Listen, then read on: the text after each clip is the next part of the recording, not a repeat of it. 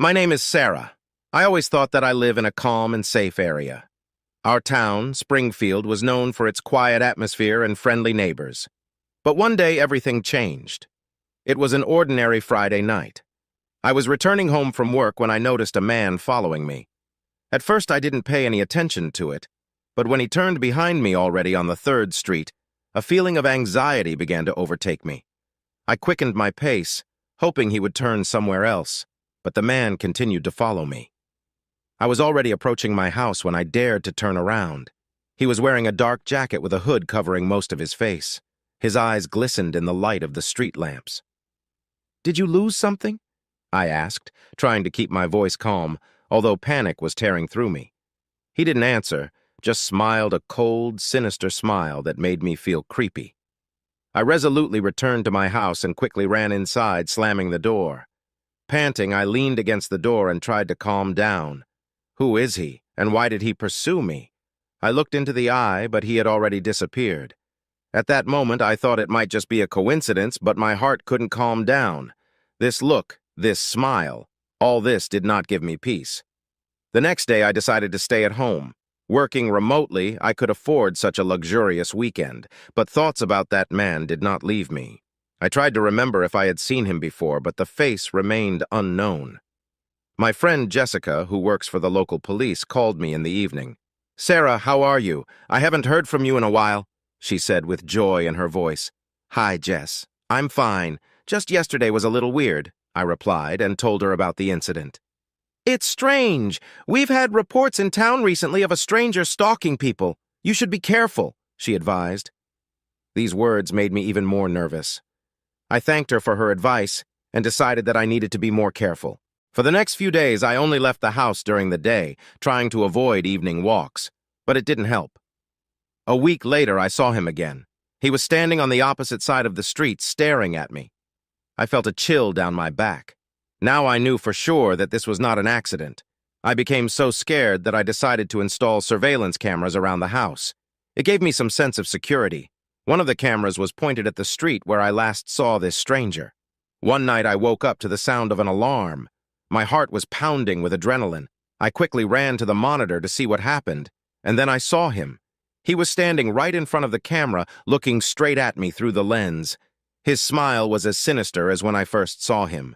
He tilted his head to the side, as if inviting me to some kind of game. I could not move from fear.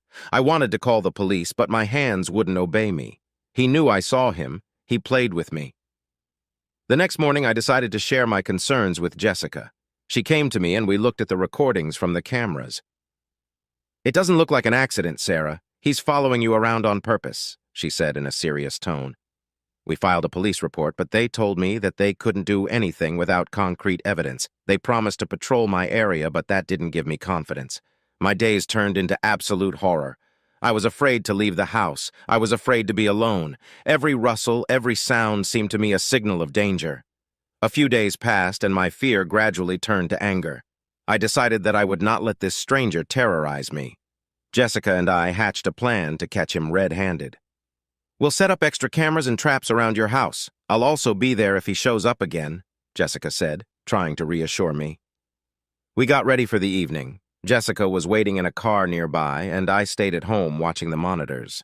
Time passed slowly, but around midnight I saw a shadow moving towards my house. My heart beat faster. It was him.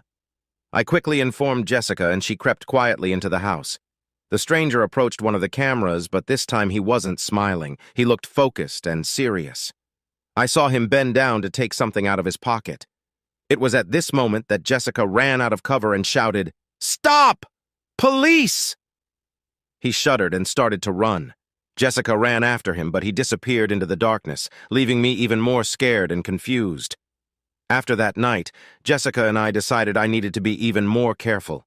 She told her superiors about the incident, and now the police are patrolling my neighborhood more often, but despite all my efforts, I could not shake the feeling that he would return. I began to notice strange things, the feeling that someone was in my house, small objects disappearing and then appearing in other places. One morning I found a note on my desk. "You think you can hide?" was written in illegible handwriting. It struck me to the core. He broke into my house. He knew where I lived and wasn't afraid to leave his mark. I immediately called Jessica. She arrived and inspected the house, but did not find any signs of a break-in. "This is very serious, Sarah. We have to find a way to stop him," she said, uneasiness in her voice. The next day, I received a message from an unknown number. "I'm sorry you're going through such a nightmare. I know who he is, but I can't tell you over the phone. Meet me at the cafe on the corner of Main Street at 7 p.m. I showed this message to Jessica, and we decided that I would go to the meeting, but she would be nearby, ready to step in if anything went wrong. At 7 p.m., I came to the cafe. It was almost empty. I sat down at the table by the window and waited. A few minutes later, a middle-aged man in a hat and dark glasses approached me. "Sarah?" he asked, and I nodded. He sat down across from me and quickly looked around as if he was afraid someone was watching him. "I can't say my name, but I know you're in danger. That man who's chasing you is called Mark. He's dangerous and has connections in the criminal world. You have to be careful." I felt a cold sweat on my skin. What does he want from me? Why is he chasing me? "I don't know for sure, but I know he won't stop until he gets his way. Be careful and don't trust anyone," the man said, and quickly left. I returned home in a state of shock. After telling Jessica everything, we decided to be even more careful.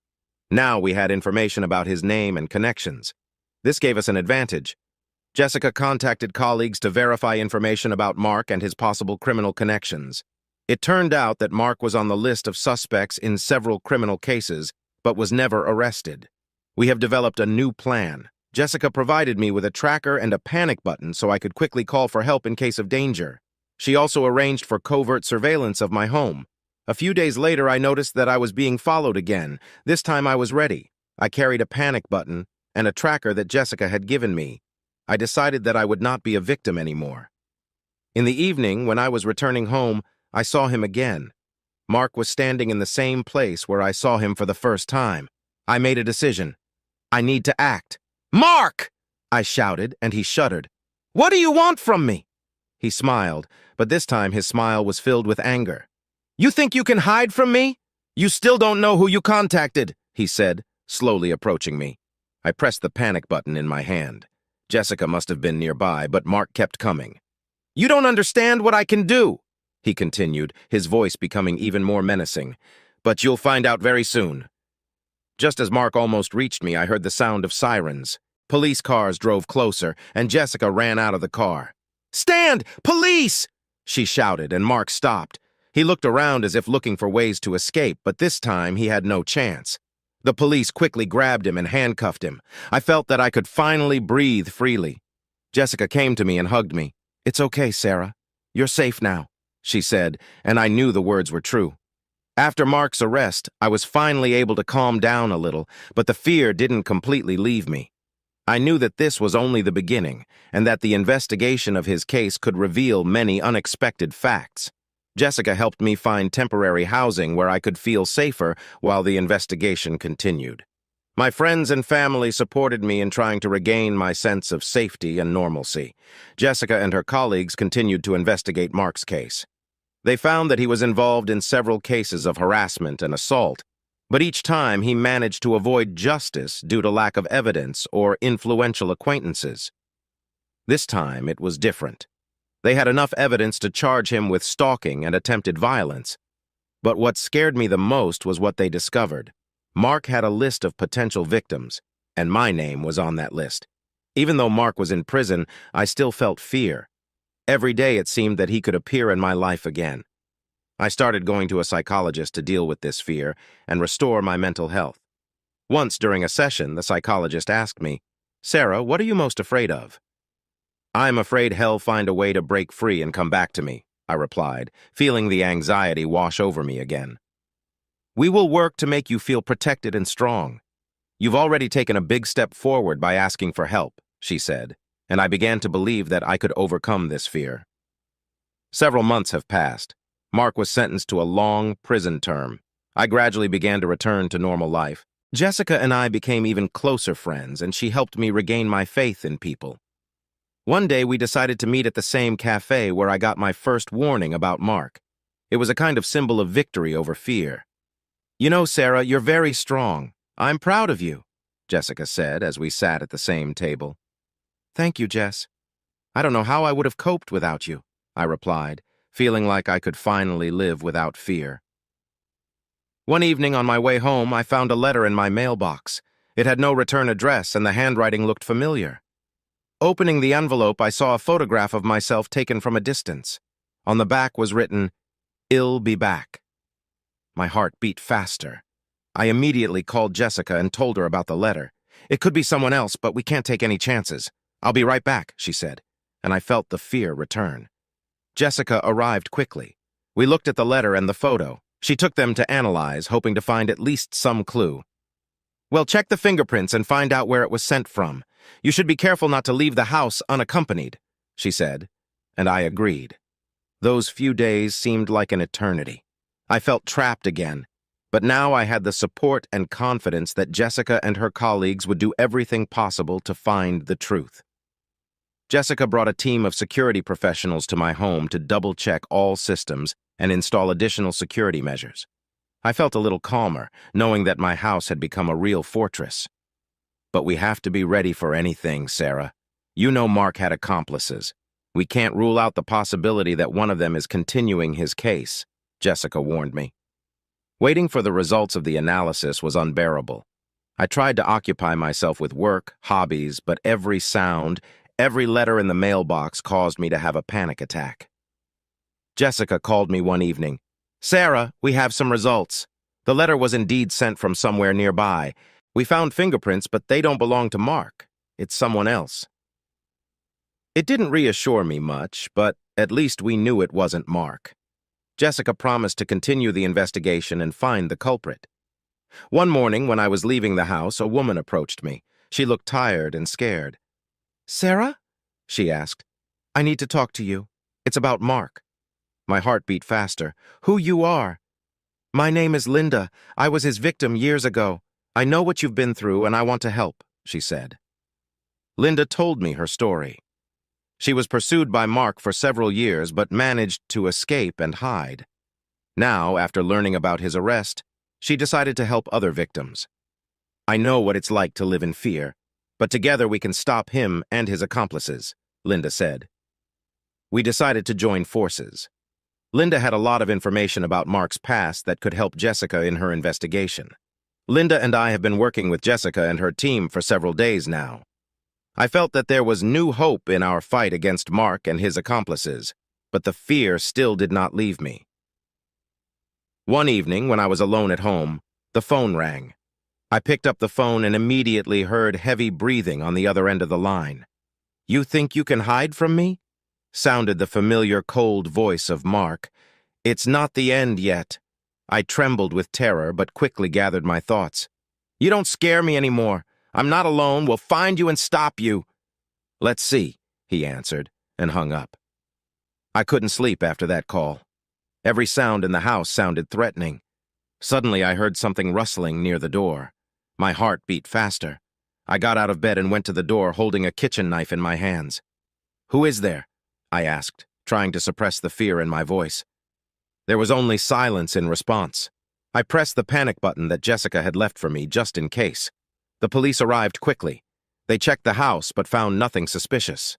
Jessica stayed with me for the night so I could at least get some rest.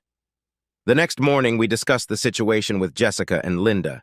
We knew that Mark and his accomplices were still on the loose and that they would not stop. "Sarah, we have to find them first. We can't let them keep you at bay," Jessica said. "We have a plan, but it will be dangerous." I knew I couldn't live in constant fear. I agreed to the plan, even though it was risky.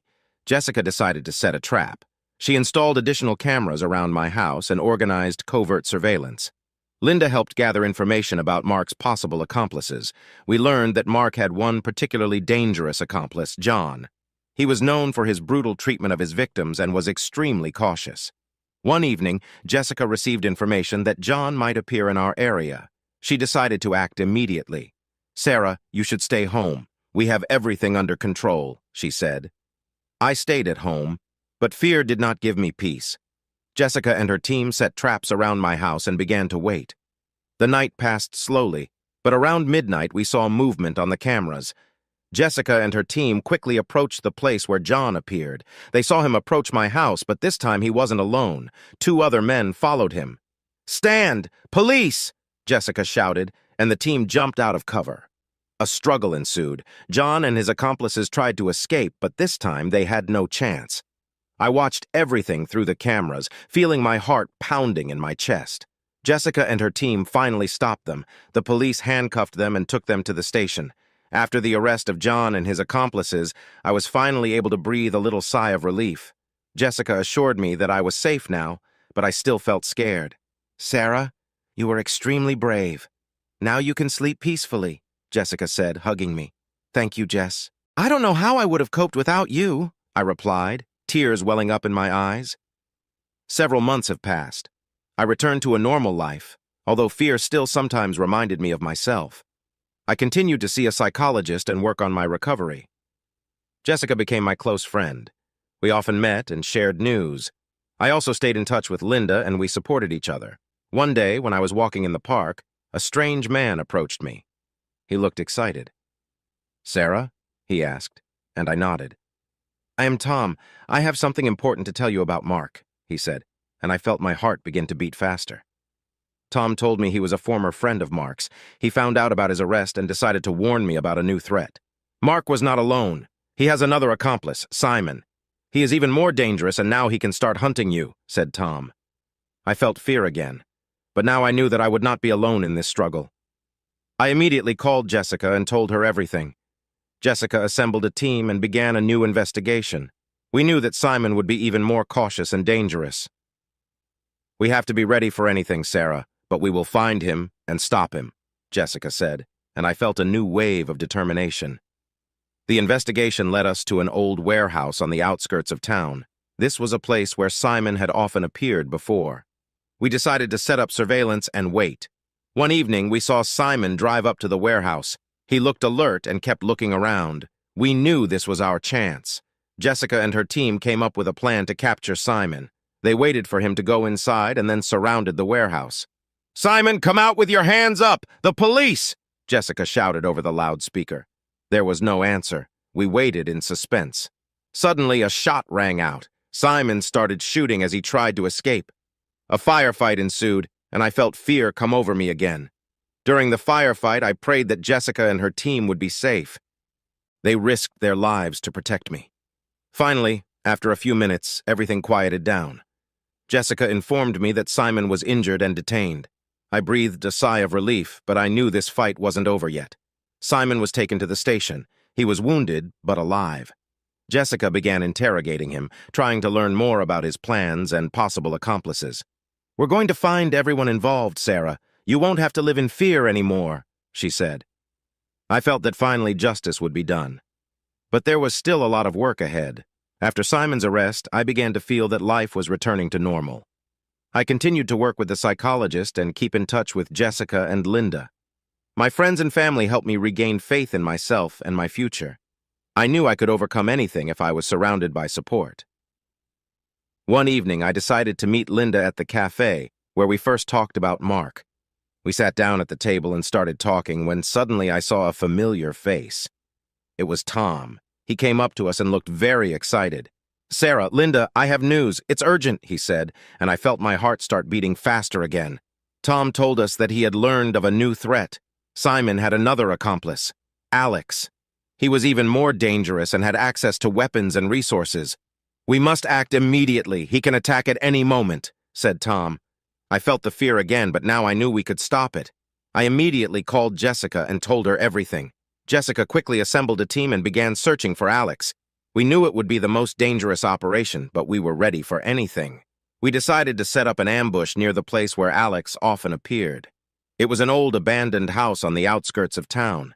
Jessica set up surveillance and waited. The night was cold and dark.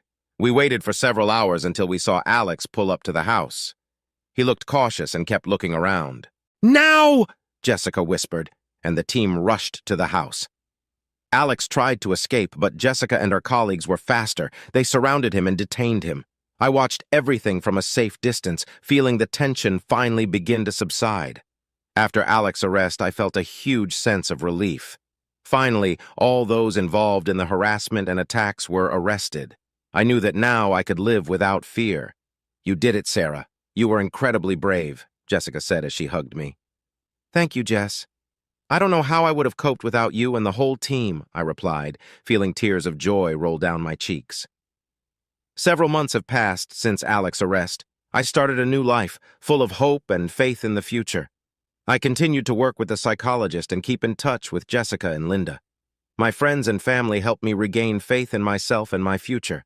I knew I could overcome anything if I was surrounded by support.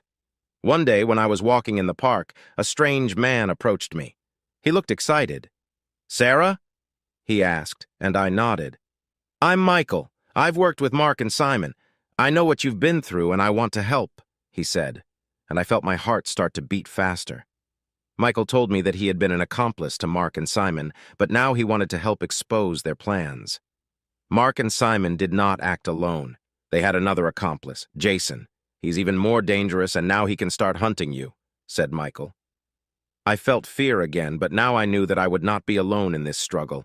I immediately called Jessica and told her everything. Jessica assembled a team and began a new investigation. We knew that Jason would be even more cautious and dangerous. "We have to be ready for anything, Sarah. But we will find him and stop him," Jessica said, and I felt a new wave of determination. The investigation led us to an old warehouse on the outskirts of town. This was a place where Jason had often appeared before. We decided to set up surveillance and wait. One evening, we saw Jason drive up to the warehouse. He looked alert and kept looking around. We knew this was our chance. Jessica and her team came up with a plan to capture Jason. They waited for him to go inside and then surrounded the warehouse. "Jason, get out with your hands up! The police!" Jessica shouted over the loudspeaker. There was no answer. We waited in suspense. Suddenly, a shot rang out. Jason started shooting as he tried to escape. A firefight ensued, and I felt fear come over me again. During the firefight, I prayed that Jessica and her team would be safe. They risked their lives to protect me. Finally, after a few minutes, everything quieted down. Jessica informed me that Jason was injured and detained. I breathed a sigh of relief, but I knew this fight wasn't over yet.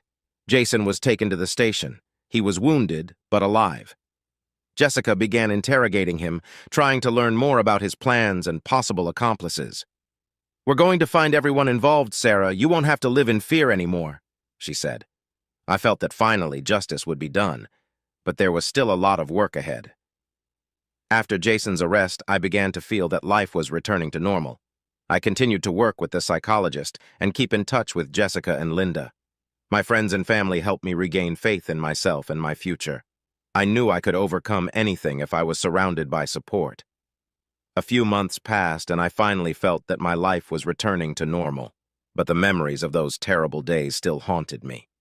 I continued to see a psychologist and work on my recovery. One evening, I met with Jessica to discuss the latest developments. She told me that all the arrested criminals are now in custody and will receive the punishment they deserve. During one of our meetings in a cafe, a stranger approached us. He looked agitated and clearly wanted to say something. "Sarah, Jessica, I know what you've been through. My name is Robert, and I have some information that may be helpful to you," he said, and we both listened intently. Robert told us he knew of another threat. He found out that Jason had another accomplice,